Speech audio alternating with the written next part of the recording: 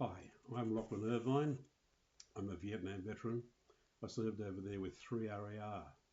That's the 3rd Battalion Royal Australian Regiment in 1967-68. I'm recording this on Sunday the 23rd of August 2026. Last Tuesday I attended the Vietnam Veterans Day service at the National Vietnam War Memorial in Canberra on the 60th anniversary of the Battle of Long Tan. The Governor-General, Sam Mostyn, gave what I thought was an excellent speech, which prompted me to think about the history that led us to that time and place. It was the fact that the Governor-General was speaking at the memorial in Canberra, that she mentioned in her speech the Welcome Home Parade in Sydney in 1987 and the effect it had on so many people, and the fact that she herself is the daughter of a Vietnam veteran that prompted me to tell the following story. Those of us who are able to tell this story are now at least in our late 70s, so our numbers are dwindling. In 1980, concerned about the Agent Orange issue, I joined the Vietnam Veterans Action Association, which then became the Vietnam Veterans Association of Australia, retaining the initials VVAA. The association needed to agree on a date on which all states could observe an annual commemoration service. We held a meeting at which we decided that the date should be the 18th of August, the anniversary of the Battle of Long Tan.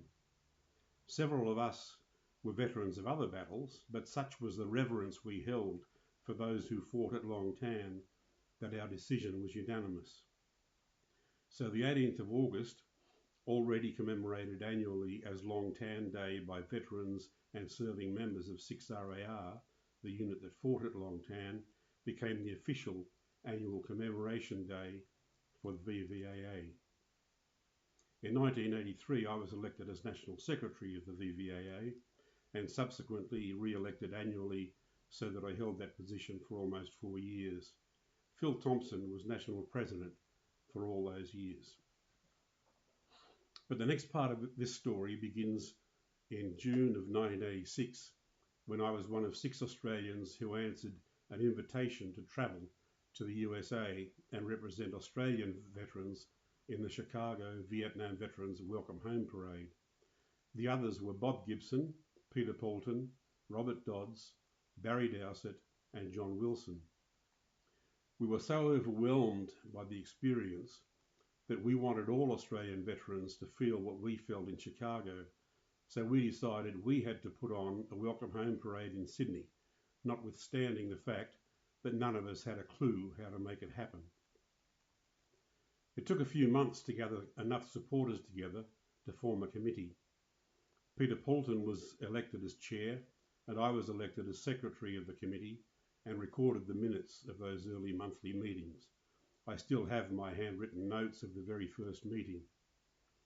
At one meeting, somebody asked if the committee would stay together after the parade, and if so, what would we do with any money we had raised?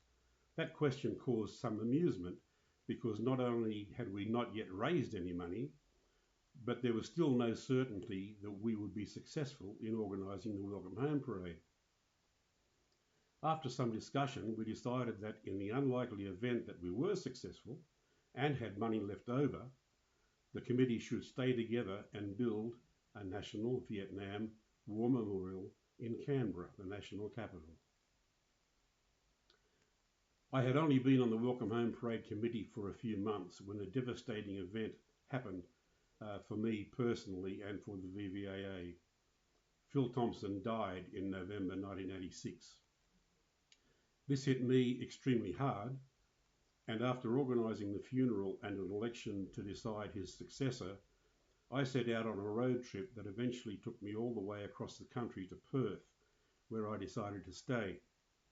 That meant I was unable to have any further first-hand involvement in the Welcome Home Parade committee back in Sydney.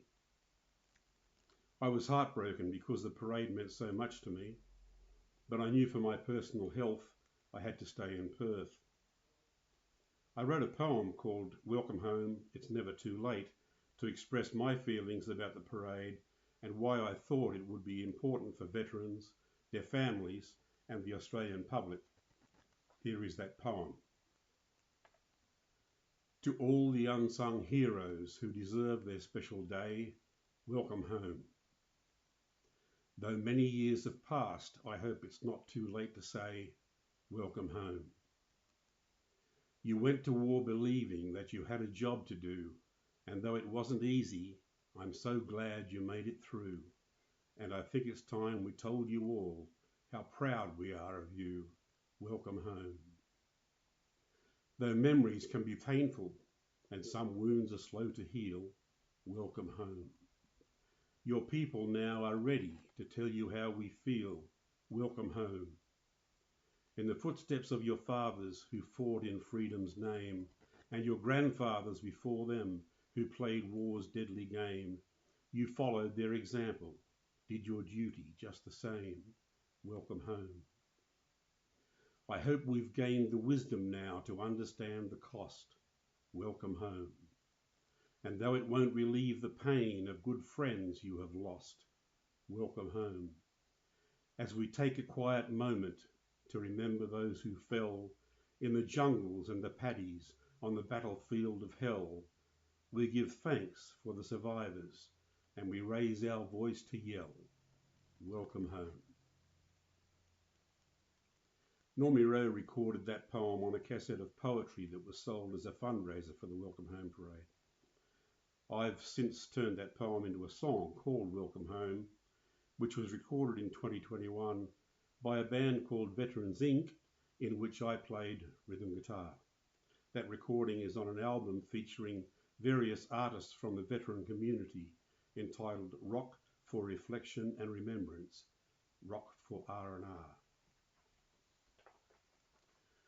The Welcome Home Parade Committee went from strength to strength through 1987 and pulled off a remarkably successful Welcome Home Parade and national reunion. Normie Rowe, who was one of the wonderful people who came on board to make the event a success, arranged for Channel 9 to pay my airfare from Perth so I could appear with Normie and Bob Gibson on the midday show with Ray Martin to promote the parade and to march in it. When the Welcome Home Parade is mentioned in the news media, it is often mistakenly stated that Australia's Vietnam veterans were given a Welcome Home Parade in Sydney in 1987. Let me be perfectly clear. Nobody gave us a Welcome Home Parade. We gave ourselves a Welcome Home Parade. In doing so, I believe we also gave an important gift to the Australian people. Following the success of the Welcome Home Parade, Prime Minister Bob Hawke commissioned an investigation into ways of improving services to Vietnam veterans. The result was a report entitled After the March. One of the recommendations of that report was that Long Tan Day should be officially recognised as Vietnam Veterans Day. It is now history that the Welcome Home Parade Committee did in fact stay together to build a National Vietnam War Memorial in Canberra. It was dedicated on the 3rd of October 1992, exactly 5 years after the Welcome Home Parade. That suggestion in one of the earliest meetings of the committee proved to be remarkably prophetic. It is at that National Vietnam War Memorial that I attended the Vietnam Veterans Day service last Tuesday. So there you have it, a brief history of the origins of Long Tan Day, how Long Tan Day became Vietnam Veterans Day, how Vietnam veterans organised a Welcome Home Parade and national reunion, and went on to build a National Vietnam War Memorial, and how a speech by Governor-General Sam Mostyn at that very same memorial on Vietnam Veterans Day 2026 prompted me to ponder the chain of extraordinary events that led us here.